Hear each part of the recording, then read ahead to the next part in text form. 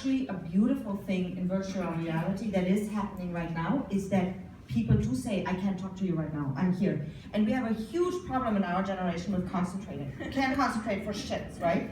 So if we actually really capitalize, if we really capitalize on that idea of the isolation that's happening there, we have a huge opportunity to actually go back into flow and into something where we say, I can't talk to you right now. So I actually like that part. I agree it's on a continuum. I think also all of us are thinking with the constructs of what is reality today, right? And a few things that I do want to throw in there, in believing that both AR and VR are on a continuum in terms of tool sets and maybe consumption, inputs and outputs. Some of the things that I think we should think about also are identity. Like who we are as individuals and people. Like, I chose these glasses for a reason. I chose these sneakers for a reason. I chose a shirt for a reason, and how I talk for a reason. And with virtual and augmented reality, I do think that we are getting to the point where you can start to customize and change more of who you are. Fluidity within gender, fluidity with who you believe yourself to be and what you want to represent to the world. Whether or not you believe that is right or wrong will be something which the next generation will decide.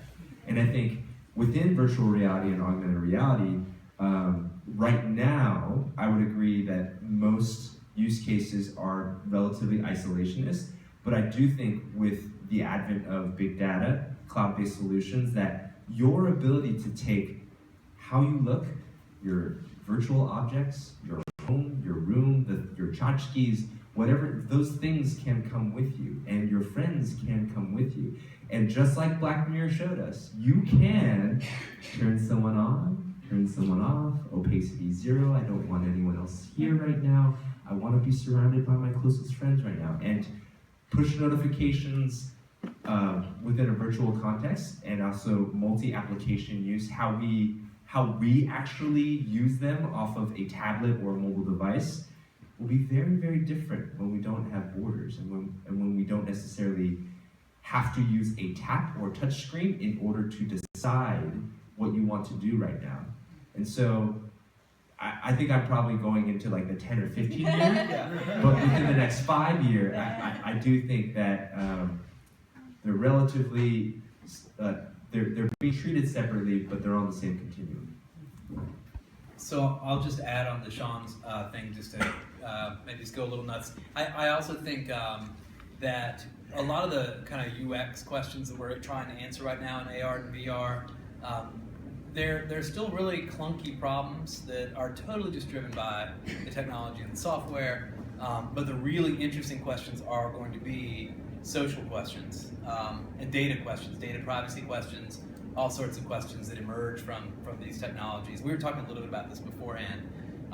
And by the way, every panel of media people in any way has to talk about convergence. That's a rule in New York City, always has been. And people have been talking about convergence for 20 years. But when you're in this stuff right now and you're looking at the data science aspects of what people are doing in emerging media, and you're looking at VR and AR, it's hard not to see this stuff coming together. It's really hard not to see it all coming together in the next few years.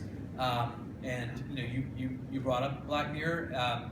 It's going to be both amazing and terrifying, right? There's some amazing opportunities in the near term, and also some deep questions about how we relate to one another in these environments.